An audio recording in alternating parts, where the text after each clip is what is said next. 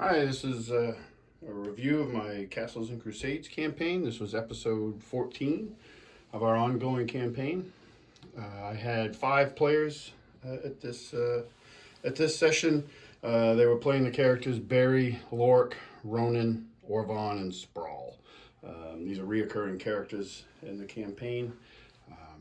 They come in and out of the sessions because I'm running the game West Marches style. So every session is enclosed, so that way basically that was done to make scheduling a whole lot easier for me for games, and it makes the game much more player driven because they pick whatever plot hook they or adventure hook that they want to follow ahead of time, and that's the one I prepare for the session. So that's really, it's a change in how I've run games in the past, my own campaigns. And it's really working out for the group. I'm really happy with the way it's shaping up.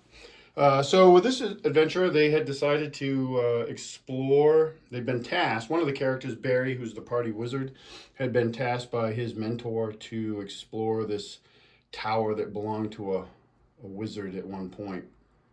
And this wizard's name is Iziren Muz, and he was a member of the what's known in my setting as the Eldani Empire, which is a race of people that live to the north beyond the God Peak Mountains, and they're the true like first people of this continent. And they're dragon worshippers in the past, and um, in the setting history, there was a war about 150 years ago where the Eldani tried to reclaim all of the continent. They ultimately failed. This is called the Dragon Wars, and that war has never been played out in our games, but it has definitely been featured in the background of the campaigns and been a significant event. So they were tasked to do this, and they had to travel. This tower is located on the coast of the Old Morwell, which is a massive lake in this region, and so they traveled from. They were going to have to travel from their hometown of Arden to this tower. Um, Prior to leaving, they give them a little bit of time to do some prep stuff. And Lork, who's our half-orc ranger, in previous sessions had commissioned the town blacksmith, this guy named Anvil, to make him a suit of armor made out of ankeg shell, which they had gotten from an adventure way back. And the player, literally, I took the rules for ankeg armor right out of the Baldur's Gate PC game, which is it is my favorite game, video game of all time. Right out of that. So the way it worked is it is light as studded leather, but it's like wearing full plate. The downside is it's super expensive. So that player has been saving his character's gold through the whole campaign just to pay for this armor, which he did, which at the end of it left him broke. So he had a motivation to adventure. So he picked up his armor before they left. Which turned out to probably be a good thing because it made him a lot harder to hit. And they set off. And they also had the NPC Brea with them, who is Barry's hireling. She's a young woman and a ranger herself, but not as accomplished as Lork. Lork's the highest level character in the campaign. He's currently 4th level, with everybody else being 3rd and 2nd. So they set off. They go through this area called the Darrow Vale, which in my setting is where there was a significant amount of fighting during the Dragon Wars that took place here, to include the defeat of a dragon named Keladraxon, and which is a local that whole story. And this kind of get unfolded as we play. But to the characters, this is all like local legends to them. And there isn't a large library in Arden. It's a town of about 5,000, but they do have a very significant oral history that they pass down, and much like warrior traditions and stuff. So tales of these fights and stuff, of every young kid in Arden has grown up listening to these stories. They're on the road. They come to a crossroad eventually, just as they're entering the Darrow Vale, and one leads towards the lake, the Morwell, and the other one continues kind of northeast. And they know that that road goes to another place called the Iredale Stronghold, which is a stronghold that was used generations ago, but hasn't been used in a long time. And they also know that the chieftain of Arden wants to reestablish that, but that was just to kind of give them a geographical reference. So they continue on. They make their way to the tower, which sits right on the coast on this rocky jut over the coastline.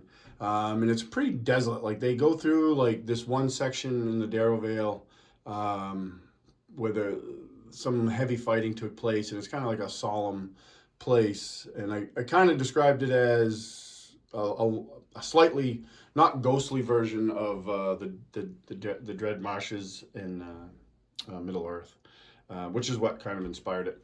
And they get to the tower, which they stable their horses, and Barry actually has a cart, a small wagon that he uses near the ruined stable that's located there.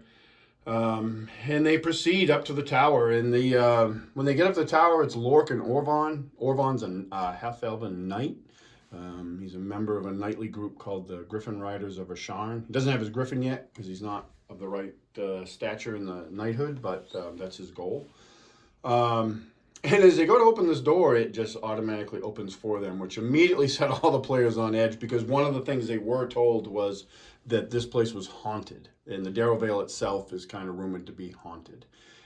They did hear a few rumors on the before they left. Like one of them was the place is haunted by a dragon, which I told the players right before they left, and they were like, "Oh crap, we don't want to go here." But they found their courage and continued on.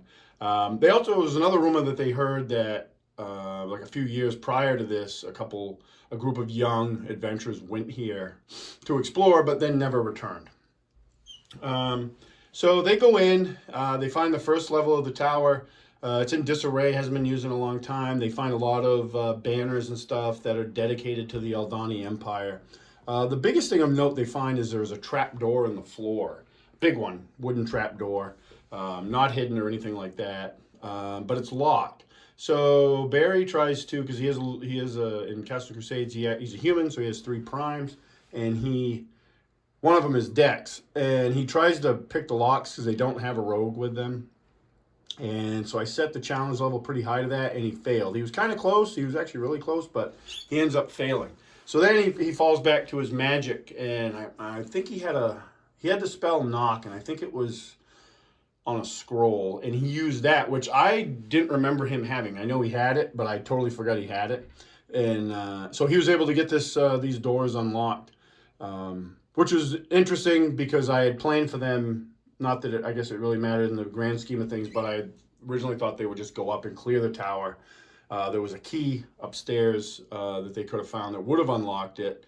And that's kind of the progression I imagined them going, but they didn't, which I always love. I actually always love that. I know some game masters and stuff don't like when the players do the unexpected. I personally love it because it makes the game more organic, and a lot of times they bring the game in a direction that I didn't expect, and 9 times out of 10, it's actually a better direction. So I really enjoyed it. So they end up going down.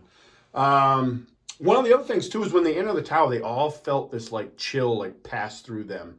Like a deep chill, not just the surface, like, oh, it's cold in here. Like, this was like a soul-sucking chill for a moment. All except Barry, who he felt that chill, but it never goes away. It stays with him throughout his entire time in the tower. And he's like, kind of mystified as why that is happening. But yeah, so that set him on edge even further. So they go down, and they actually go into this area here, which this is all pretty much Dwarven Forge with some 3D printed stuff. That fountain's 3D printed from a place called Dungeon Artifacts, who does really great work. You can find them on Etsy. That's from the Hagglethorn Hollow Kickstarter, which I have a ton of Hagglethorn Hollow stuff, which was in the last video I did. So again, this is a flooded chamber. And in the center, the only thing of note in this chamber, other than the doors directly across the room, is this white marble fountain that's bubbling like crystal clear water, which is different from the water. Like, this is basically lake water that's murked in here. And they make note of that. Barry actually collects a few vials of that water. And Ronan, the fighter, later on actually fills his water skin in it too, because it's crystal clear, very refreshing. do anything like statistically wise or heal anything, but it's just very refreshing. So they collect some of that. They make their way across this water, which was kind of a funny moment because Sprawl is the dwarven cleric. He worships the god Throster, which is a brewing god in the Castles and Crusades aired setting, but I'm using their gods for this campaign. The water was described as about 3 feet deep, and he's just a shade over 4 foot tall. So that was fun. A little bit of role play of him trying to make his way across this water, but he eventually does. They get to these doors with Lork and Orvon again leading the way, and they're just warp shut because the water level rises and lowers in this area.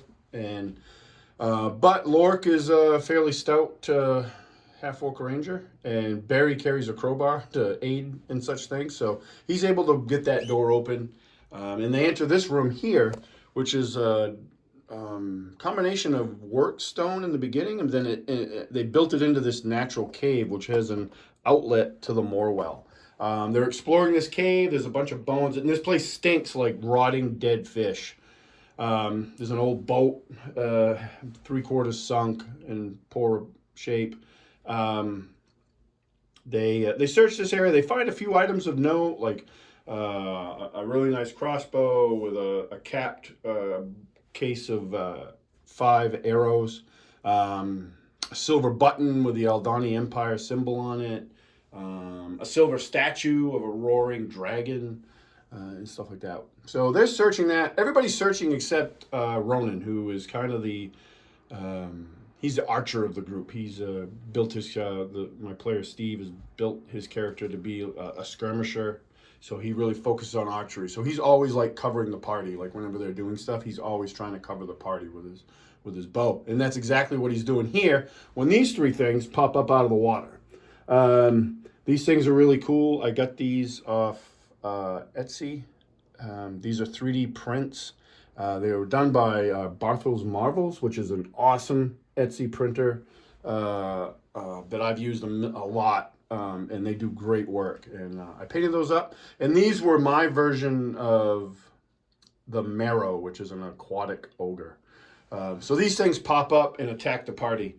I actually thought they were going to be way tougher than they were. And the party had really good luck with them. I think they might have taken a little bit of damage here. Yeah, they did. Orvon, he takes a lot of damage. I think he got banged up a little bit in this fight, but they actually got through these things pretty quickly, far quicker than I thought they were going to. But it was fun. It was a good fight. When they popped out of the water, my players were really, they were like, "Oh God, what is that?" Because they don't look like anything they recognize. So, and they did ask me afterwards what actually it was that they fought. So I told them, and some of them had never even heard of it. So, which was fun. It was a good fun fight to kick off the action. So once they've cleared this area, they go back upstairs and they start exploring through the tower. The second level of the tower was a living area. I don't know if they found anything of note in there. One thing that did happen in there that kind of put them on edge was stuff started flying around the room when they got in there, and it was like very erratic and chaotic. And there was books, and the guys that like Orvon and stuff, he has a shield. Like he's taking like these books off his shield, and they're so old when they hit, they just basically turn to dust. A couple candlesticks go flying, and they're like, "Holy crap, what is going on here?" And that persistent chill stays with Barry.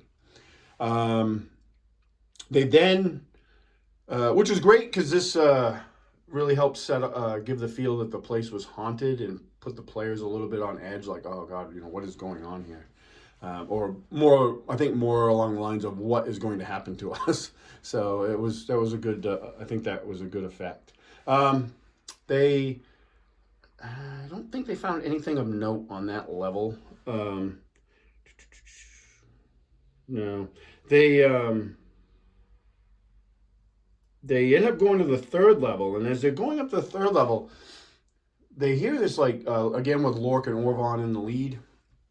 They hear this discharge of energy and flashing light, and they get up to this, and I don't know if it'll show up very well, but I use this. This is the Whiz Kids Tower, which is a really cool tower. It may not have been the best choice just for visibility with the players, but end up getting up here. So they come up into this tower here, very tight quarters. but it's quite clearly a wizard lab. And this thing is like arcing electricity, and there's all these rods set in the walls of the tower, and it's going into those rods, and there's another stairwell that goes up to another metal hatch. But when they come up into this room, when they all enter this room, this guy comes out from behind a tapestry. I know the lighting isn't great in this room. There we go. It's not too bad. It's a flesh golem, and he has been set as a sentry here. So he comes out, and the party quickly realizes that they got to fight with him. This was actually proved to be a very tough fight, which I expected. The Flesh Golem in Castles Crusades is a 7-hit dice monster. There's 5 players. I maxed out his hit points because they weeded through my 3 marrow so fast. I wanted to make it more of a challenge. I've been kind of doing an average with hit points, giving them, if they have multiple hit die, I'll give them max on a couple, and then I'll roll the rest. But this one, I wanted to be a tough boss fight, so he got max hit points, 70 hit points. And he hit like a truck. Like he, Orvon, Lork, and Brea dove into melee with it. Barry found himself at kind of a disadvantage because he started casting spells against it, and none of them were the right type. So they were 100% ineffective, which he doesn't have. He's a 3rd level wizard, so he doesn't have a big repertoire of spells at this point. So he was kind of like, what am I going to do? Which they figured out kind of what to do shortly thereafter. But with the 3 people in melee, and Fenris is Lork's warg pup, and he also joined the melee. Actually ended up standing guard for a bit because after a couple rounds, the Flesh Golem had a really good round, and he dropped Orvon to -8 hit points. I think it was, it was -8, which is a mortal hit in Castles and Crusades. So he, per the rules, would bleed out 1 point per round, and is just badly injured. And Lork directed Fenris to stand over Orvon and protect him. And while the others came in and tried to, like Sprawl came in and tried to render aid, Ronan was launching arrows. And so this battle went for a few rounds. In the final round, we had tied initiative. I roll initiative every round. So everybody got to go at the same time. Brea, the ranger, she actually scored. Before that, actually, Lort started to change the scope of this battle in his turn because he scored a critical hit and got max damage ×2, which is an optional crit method in Castles and Crusades that I use. It's simple, but it gives you a chance to really dole out some damage at key moments. And this was kind of one of them, and it actually proved even more so in the next round. So he did a significant amount of damage to it, which brought its hit points way down, which in the next round benefited because we had tied initiative. Everybody gets to go, and then we, it all gets adjudicated at the same time, the actions of players and the monsters and NPCs. So the Flesh Golem, I roll randomly to see who he attacks that's in melee with him, and his attacks all went on Brea. And she took a tremendous amount of damage that basically dropped her to -9 hit points. But at the same time, she got her action, and she, my friend Dave, who is a player of Barry, I let him roll for her in combat because she is Barry's hireling. Rolled a critical hit, and he rolled 20, got a critical hit, rolled another 20. So in the system that we're using, that's max damage ×4, and it killed the Flesh Golem, cut its head off. Which was good because one of the things they realized was this thing here was giving off magical energy, and the round before it did that, and it actually healed the Flesh Golem a little bit. So they knew that they had to take that thing out to fully kill the Flesh Golem where they were at. So Brea, in her final blow before she was taken down, cut the thing's head off. Barry and Ronan had started focusing, and actually Sprawl, but he missed. Throwing a hammer. They started attacking this thing and doing damage to it. But the Flesh Golem was down. And I didn't belabor the point. They were eventually going to destroy that thing. They brought it down enough so it stopped giving off electrical discharges and stopped healing uh, the flesh golem. And then on over here, there was a little brazier. This is another Dwarven Forge piece. It actually lights up. Pretty sure it was Sprawl, took the head of it and the head of the flesh golem and dropped it in there. To make sure it didn't come back because they did not want to fight it anymore. They did some healing on Sprawl, on Orvon and Brea. Still very badly. I think by the time they were done, Orvon had 2 hit points. Brea was still unconscious, but she was brought up to a point where she was stable. She was still in the negatives. Really badly hit. Described it as like basically she had both of her shoulders broken and like this downward double hammer fist blow that cracked her in the shoulders as she was cutting its head off. Broke both of her shoulders, so she's probably going to be laid up for a little bit. They searched this room, found some interesting items, really kind of geared towards Barry because it's a wizard tower. But so he found like an old spell book. He found actually a book. It's not a spell book, but it's a history of dragons, and it actually contains the draconic language in it. So like what I told him was, over time, if he studies that book, his character can add draconic to the languages that he speaks. They found some scrolls. They also found a journal entry which talked about Iziren Muz, the former owner of this tower, being forced out of here at the end of the Dragon Wars by an ancestor to the current chieftain of Arden. And he dropped a couple clues about returning to a sanctuary in a place called the Fingers, and of another aide of his, someone called Mexelplix, which I kind of stole from old Superman, Mexelplix, which some of the players actually picked up on. Leaving here and going there with most of his fortune. The other thing they found in this room when they were searching it, there was a really nice carpet here. Had the symbol of the Aldani Empire on it, but it's actually worth money. But underneath that was a arcane circle that Barry was able to determine was either used for summoning or teleportation or both, which they found significant.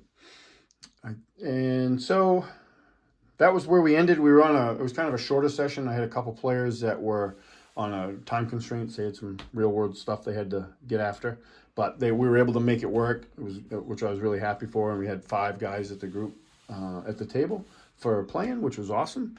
And they returned to Arden victorious, beaten, and some beaten and bruised pretty bad, but they were victorious, which some of that will play out in between sessions because we do some stuff via Facebook chat, and I just started a Discord server for the campaign, so we're starting to do stuff on that as well. And I'm posting stuff up on it that they can see as players, like NPCs they've interacted with, so they have a resource they can go to and look at these different NPCs and be reminded of them. So I think that's going to be a real good resource. In this session, was good. Also good because Ronan, our fighter, leveled up to 3rd level. He was like 93 shy after the last session he played in, and Sprawl, our Dwarven cleric, also leveled up to 3rd level. So I think everyone in the party, with the exception of Lork, is 3rd level now. Lork is 4th level because he's played more. My son Bryson has played more sessions than anybody else. Some solo sessions and some intro sessions when we were learning the system and stuff, which counted towards the campaign. So he's slightly ahead of the party at 4th level. But I think everybody now is, at least that's playing on the regular, is 3rd level, which is cool. I like that because, one, I can throw a little more tougher things at them. They get a little bit more ability, like spell casting. I really am enjoying the slower progression. This was our 14th group session, and the party is the average of 3rd level, and everybody seems to be enjoying that, and it's a nice change from 5e where the leveling is very quick. So this campaign I see going on for a very long time, with these guys getting just tons of different, their characters going through tons and tons of different adventures, which is something that I've always liked from when I started playing D&D and as a kid. So we're already setting up for the next one. Just got to pick a date. They have a task. They're going to explore the ruins of the Darkmere, which is a swamp that they've been to. They learned about these ruins from the peculiar goblin named Crugnot. So the party wants to go there and see what that place is all about. So that's what they're doing next. And that's what we'll hopefully next month we'll get to play it out. But yeah, so there's my session for session 14, Castles and Crusades. And we're all looking forward to the next one. Thanks for watching.